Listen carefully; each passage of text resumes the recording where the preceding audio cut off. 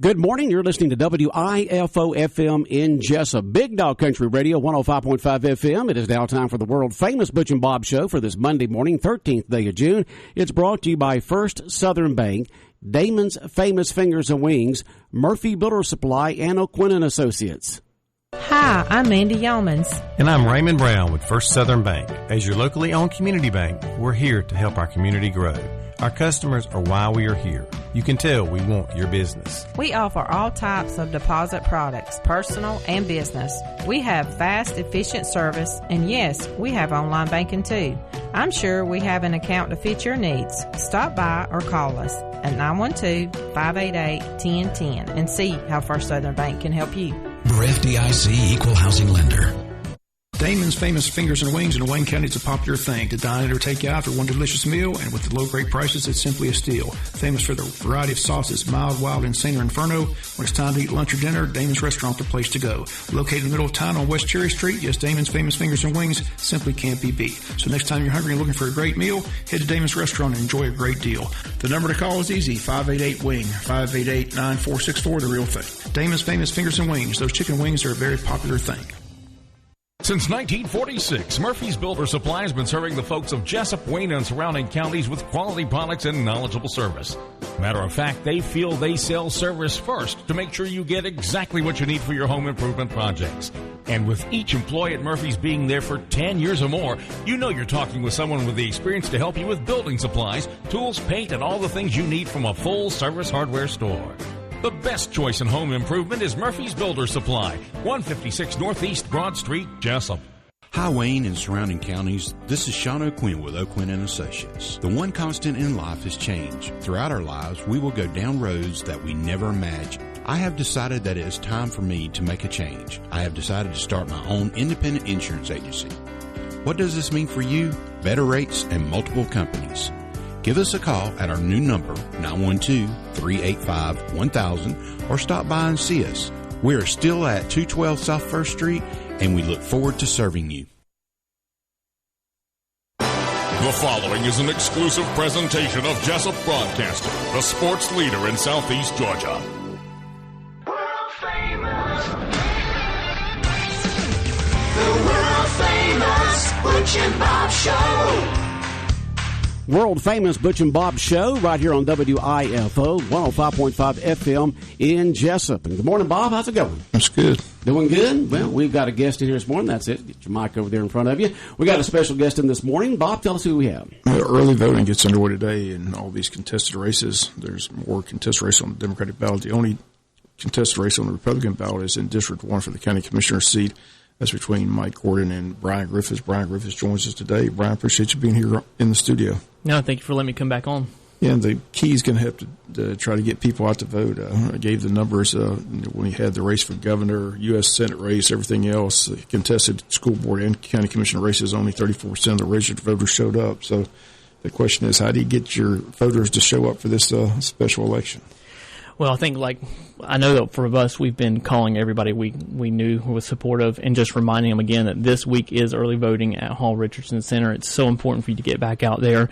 And then day of voting is going to be the 21st, which is a week from tomorrow. So just 8 days left. And it's just kind of stressing the importance of we're at a really critical point in our kind of local government. We have the opportunity. We're going to have at least 3 new county commissioners. So regardless of what happens, it's going to have a different kind of feel to the board. And you know, we need a vision in that from our community to grow the community for another 5, 10, 15 years. And we talked about the whole time is the whole reason why I'm running is because I have 3 kids, and my oldest is 12, and that sounds kind of young, but she's only 5 years away from being out of school and either coming back to Wayne County to work or going to college and then coming back. So we don't have a long time to prepare a community for them to be a part of and for it to be ready to receive her. And so I've got 12, a 6, and a 9-year-old, and so that's why it's there. And you possibly have 4 new commissioners, too, because that race in District 4 won't be decided until November between Boot Thomas and Fred Anderson, because both won their primaries without opposition, but they'll square off in November. So, again, do you have a voters list? Do you know how many people are registered to vote in District 1? The list I saw last is about 4,000, and I think we've talked about this before, and I think about 1,400 came out in the primary, and of course that 4,000 is both Republican and Democrat, but you had about 1,400 come out to vote in the primary, and so by all reports we're not expecting a significant amount. It's going to be down to every single ballot's going to matter, and we've seen multiple races decided by single-digit ballots.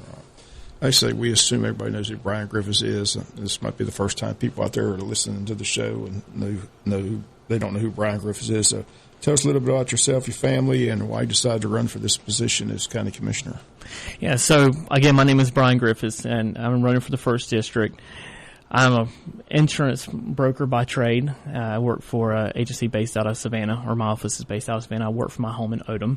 I've been in insurance about 12 years. I worked in town with a local agency for about 10, had a fantastic opportunity to start my life, had a great opportunity just to work alongside him and help build something for him.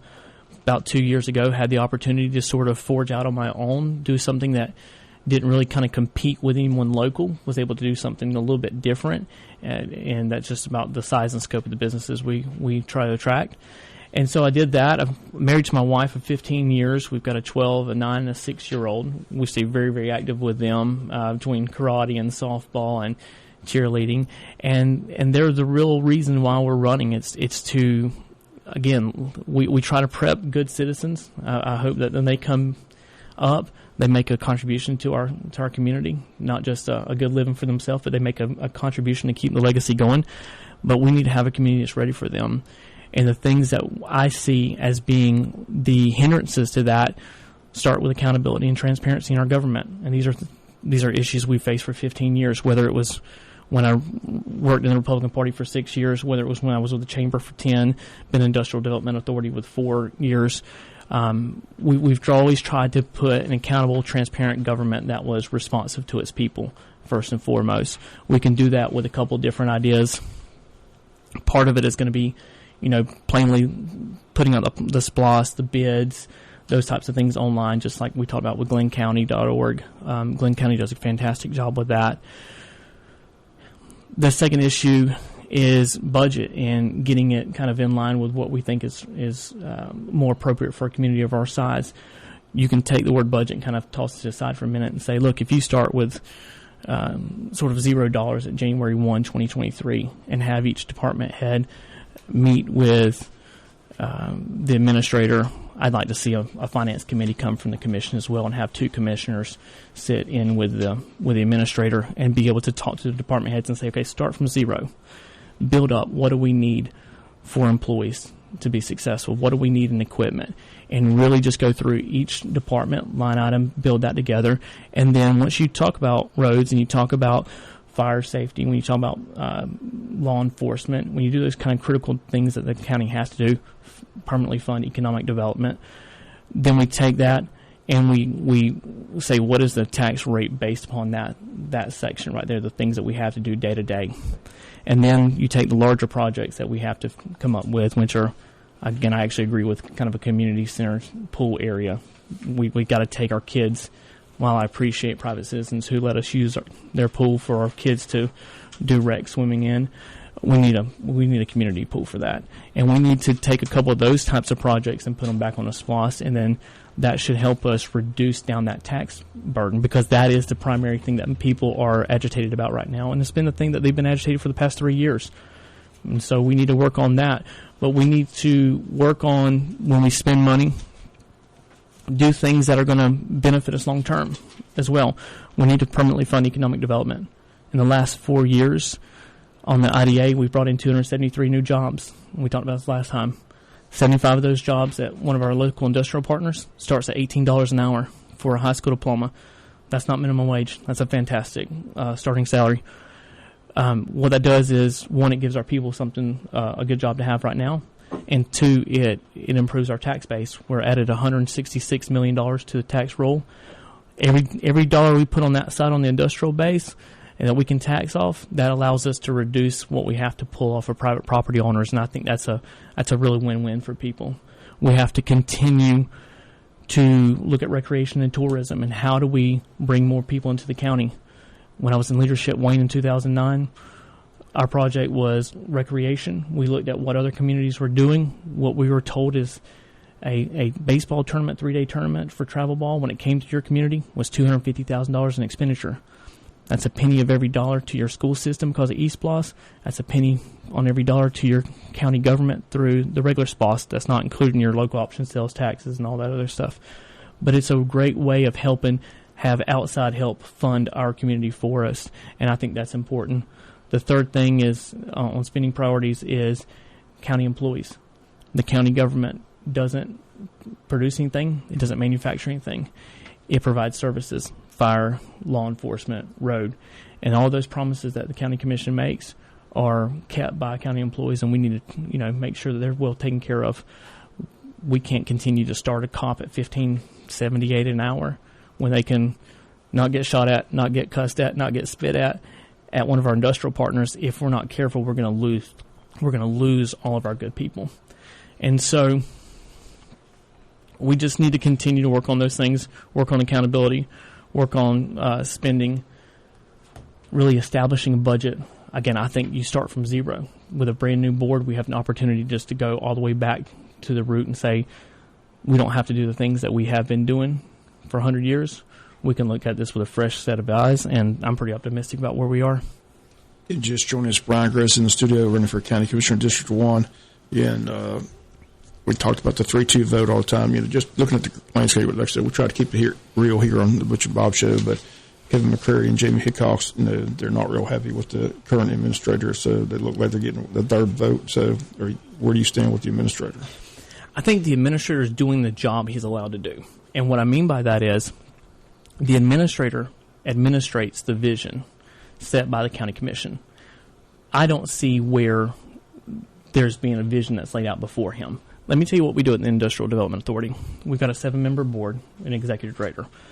We started a couple of years ago. We put down on a metric and said, look, here's what your job is. Your job is to help market the county, bring jobs in, and here's what we think you need to do. Part of his job is graded on how many classes do you go to, how many jobs have you brought in. What's the investment into the community, right? The other side of his sort of metric that we look at when looking at his job is interpersonal. How are you with the county? How are you with the city? How are you with our state leadership? And we sit down as a board at the end of the year, and we go through and judge essentially how he's doing his job, and we bonus or discipline based on that metric. I think the same thing needs to be done on the county level. The commissioners need to do the job they were elected to do, which is really set forth the vision. They need to manage that position. And the way you do that is you go through a detailed job description. You say, here's what you're required to do. Here's how we're going to judge what you do. This is how you win or lose at your job. And then because we have a new administration coming in, right, you always hear like presidential the first 100 days. So go in back and have review points at 100 days. At once a quarter through the first year, and at the end of the year. And at every one of those places, at every one of those times, you sit up and you say, okay, here's what you did well, here's what you have to work on to continue in your job. And whether or not that individual person is in that job is really reflective of how he does that job description, how he does that particular set list. I've said this a couple of times, and it's kind of anecdotal, but if you hired an employee to sit in that seat, right, Jim Morgan, and you said, hey, Jim, be in this spot, here's your job, I'm going to leave you for 6 months, do what you want to do, pay yourself what you want to pay, and then you leave. When you come back in 6 months, what's that employee going to be doing? Probably not a whole lot, right? They're going to do half the work, make twice the pay. If you fired Jim and you brought in a second employee and you did the exact same scenario, what are you going to find in 6 months? The same thing, right? Doing half the work, making twice the pay. Now, is that the fault of the employee or is that the fault of management? I think it's the fault of management. I think that you are going to get the same type of problems that we've had now that are going to happen again unless the commission stands up and does its job. And I think this is the reason I can say that is because one of the things that has been a hinge point for a lot of people at the county commission is the amount of money that can be spent without prior approval, right? It's at $10,000. That rule was set forth in 2012, 2014 when the county administrator was a commissioner. And it was done in order to contain the spending that was done by that administrator. So these issues of accountability, of transparency, all these things are not new. They haven't happened in the last 3 years. They're not going to be changed by personnel changes in one particular position. They have to be changed by putting procedures, putting in policies that constrain the government to doing what its limited focus is. And so I think that, the administrator clearly has 3 votes or he wouldn't be there. What we have to do is not worry about what 3 votes go where, but how do we set up that position to be effective for all of Wayne County, not just in the next 6 months or next year, but for the next 5, 10, 20 years. One decision that new commission is going to have to deal with is the judicial complex. There's been a lot of talk about it. I haven't seen any plans or anything. I've heard ballpark figures, things like that. But, basically it's coming from the judges from the circuit saying that they got to have security. They got to have, a courtroom where there's, proper security in and out of the courtroom. So your thoughts on the judicial complex? Well, I'm with you. I've only heard ballpark figures. They're all terribly large figures to begin with. I don't see how we can shoulder a $40 million expense. My personal opinion, and if I'm successful June 21st, it'll be 1 of 5, right? But my personal opinion is we start with preserving the historic courthouse. We go back in there and we repurpose that. I've spoken to some contractors who've done service work there. They say from what they can see is the bones are good. We've got some cosmetic things. We've got some things we can take care of, but we need to repurpose that. And then we need a plan to say, okay, here's what we need. So in this year, we're going to build a building here. We're going to build a building here and building here. And using that area there to really kind of form out a judicial complex. I would not personally be in favor of seeing it moved, especially at $40 million. If we can, break up $15, $20 million over the next 15 to 20 years, that's a much more doable building. Yeah, and Brian Griffiths in the studio running for County Commission District 1. As you mentioned, the race will be decided on a week from tomorrow, June 21st. Right now, early voting underway. Yeah, and hopefully decent turnout. That's the key. It's not only is it hard to get people to vote, but this weather forecast may not help either because it's going to be awfully hot. I'm not sure if people are going to get out in this hot weather. But anyway, we appreciate you coming in. Anything else you want to say? Like I said, we say it all the time when the people go to vote in District 1 in this runoff. I know one thing I want to ask you. There was a third candidate in the race, Stephen Jones. Have you reached out to him? Those votes are out there. Are you trying to get those votes? Absolutely. We're all trying to get every vote we can get. I've actually known Steve for probably 10 years. He and I worked together when I was in town. He's a great guy. He had a lot of really similar ideas, so they're great ideas because they sound a lot like what we wanted to do anyways. So I have reached out to him and just talked to him and said, hey, this is kind of where we are. It sounds really similar. Let's talk through it. So I think we're continuing to call people and continue to remind them that this is the week of voting. It's hard when it's this hot. It's hard when everybody wants to go on vacation, but and you're trying to say, hey, look, the county really needs you, the community needs you to get back out and express your vote. So as we ask all the time, when people go in to vote, and like I said, there's 2 names on the ballot, Mike Gordon and Brian Griffiths. Why should they select Brian Griffiths as their new county commissioner in District 1? Well, I think it's about experience. It's been that, I'm 42. So in the last 15 years when I've served on multiple different boards, I've been a part of the community. I've been trying to grow the community along with raising a family and building a career.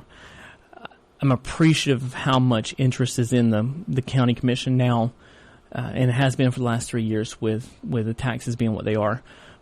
But this isn't my only focus. The taxation is not the only thing I've been working on for this time.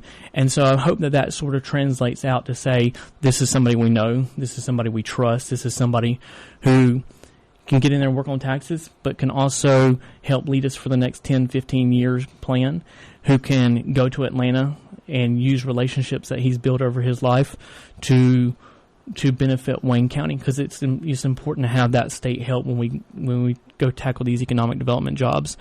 And I think it's just that hopefully they look, and it's hard to say this without sounding prideful, but I hope they can say the totality of the work is a full package for what a commissioner should be. It's kind of walking the walk, it's talking the talk, and it's having the relationships and the experience to do what's needed.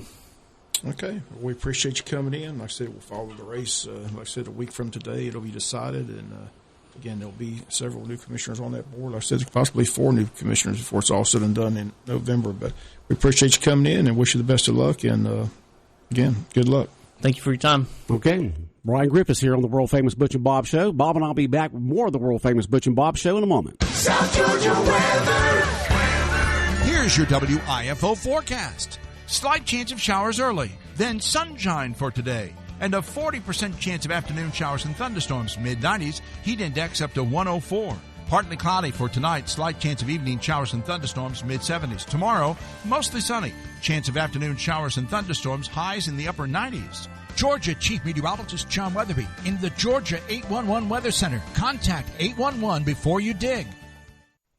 Take a step forward in the right direction with a new career. Contact us here at Jessup Broadcasting about our current openings for account executives, full-time or part-time. You will be trained to offer local businesses effective radio and digital advertising and marketing solutions. You will earn salary plus commission.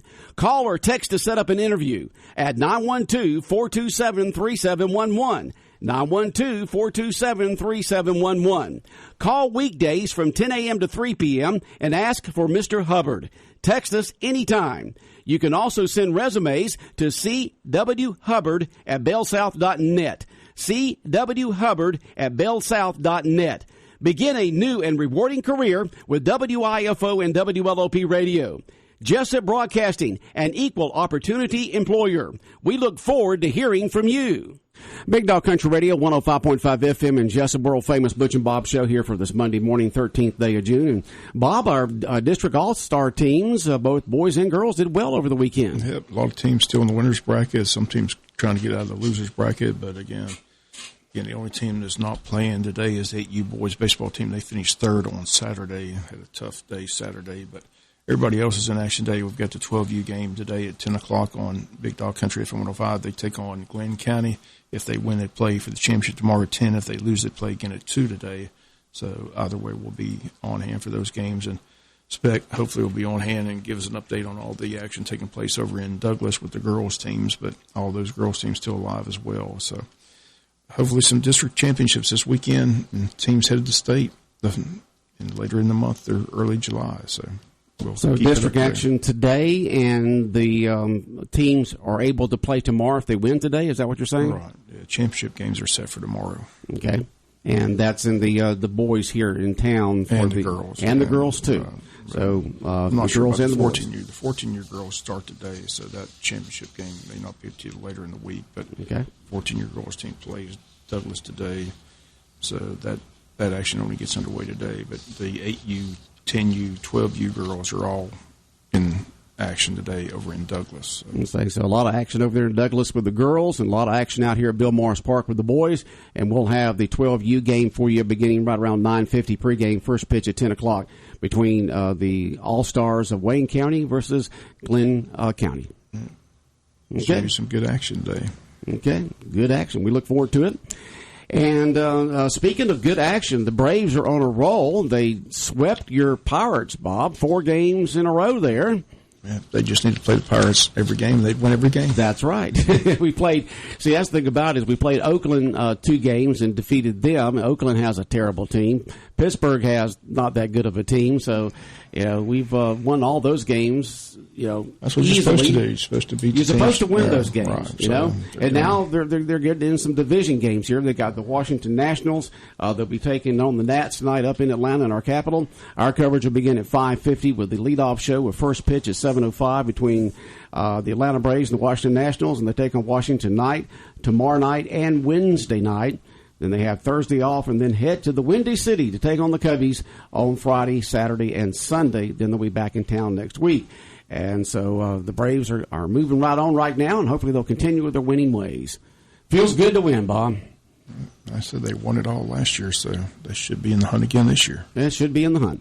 It's hard to repeat, but you should be in the hunt. You should be right there to getting down to those final few weeks and still be right there to have a chance to win the division and move into the playoffs.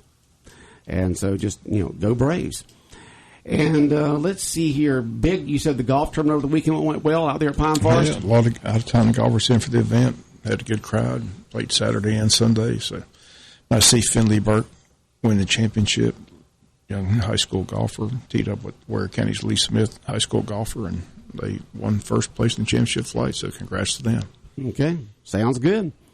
And let's see here. Well, I do want folks to know that as far as we know, the cash can is still hidden out there somewhere on public property in Wayne County. And we gave out a brand new clue for today. We did that about 7:10 this morning. We'll repeat that clue around 12:45, then a little after 3 o'clock, and then around 5:45. And if it's not found today, then we will start with a brand new clue tomorrow morning around 7:10. Really thought that I would be getting a call this weekend saying the can had been found, but it has not. So that Big Dog Country WIFO and Neesmith Chevy Buick GMC cash can is still hidden on public property somewhere out there in Wayne County. And I do want to tell folks it's easy to get to. You know, you don't have to go through the mud and you don't have to go through briars. You don't have to reach in stuff where you're going to scratch your hands or, you don't need shovels or ladders. It's a very easy spot to get to. I always want to make it easy and safe, and that's what we do. And just telling folks that so they don't go, walking through, bushes and briars and woods and stuff like that. Very easy to get to. And so, hopefully sometime this week someone come walking through the front door with that can saying, "Where's my check for $1,055? So the cash can promotion is still going on. Any meetings going on this week of any type, Bob? Yeah, the school board meets tomorrow night, and the city has their public hearing on their proposed budget tomorrow at 9 a.m. at City Hall tomorrow. On the proposed budget. So they have like an open forum where people can... Right, people can come and talk, but it'll be hard for people to get there at 9 o'clock in the morning. So I said, people don't normally show up for those events anyway. So yeah, unless you really study it, you wouldn't really know what to go on there and say and ask, So, but they'll have the first reading tomorrow. Like I said, they got to get this budget approved by the end of the month, so they're up against it. So they're going to have the public hearing tomorrow, first reading tomorrow, and then they'll have the second reading and approval of the proposed budget at their meeting later this month in June. All right. And we do want to encourage folks to be careful this week. This is going to be a very hot week as we go from spring into summer. It's going to be mid to upper 90s all week long, all the way through Saturday, mid to upper 90s. Heat index values anywhere from 105 to 109 because of the humidity. And so if you got outdoor activities to do it right now. Do it early in the morning because it's just going to be so hot out there all this week. Spring is ending hot and summer starting hot. And so just be careful when you're doing those outdoor activities. All right, anything else going on, Bob, you want to talk about this morning? I'm just looking forward to the Game 5 tonight. It's been a good series between Boston and Golden State. So Golden State tied it up Friday night. Steph Curry scored 43 points, carried the team on his back. So they're at home tonight for Game 5 of that series. So, and a big upset in college baseball. For the third year in a row, the number one team all season long won't be going to Omaha. Tennessee knocked out by Notre Dame this weekend. So Notre Dame's on their way to Omaha. There's some sports analysts and talkers who said that whoever won that last game, which Golden State did, will win the series. That's some people's thoughts and feelings about that. Well, they got home field advantage. They have home field advantage, and they got the momentum. They're at home. If Boston would have won it, they'd been up 3-1. Now it's 2-2. And a lot of people think that because they're back in Golden State in San Fran, that they have the momentum. So we'll see. Yeah. Trying to get invited to the LIV golf for all that money. Mickelson got $200 million. Dustin Johnson $150 million. People want to know why they're going. That's why they're going. It's always about the money, honey. We've been saying that for over 2 decades here on the world famous Butch and Bob Show. How do you turn down $200 million? Yeah, you don't. You don't turn it down. You just got. Those guys are out there playing. Why are on the professional tour to make money? If you got a chance to make millions of dollars, aren't you going to do it? It's unbelievable the money that's being given out. It's just unreal. Yeah. All right. Well, Bob, you have a good day, and I'll talk to you in a little while for the baseball game. All right. The world famous Butch and Bob Show brought to you by First Southern Bank, by Damon's Famous Fingers and Wings, Murphy Builder Supply, and by O'Quinn and Associates.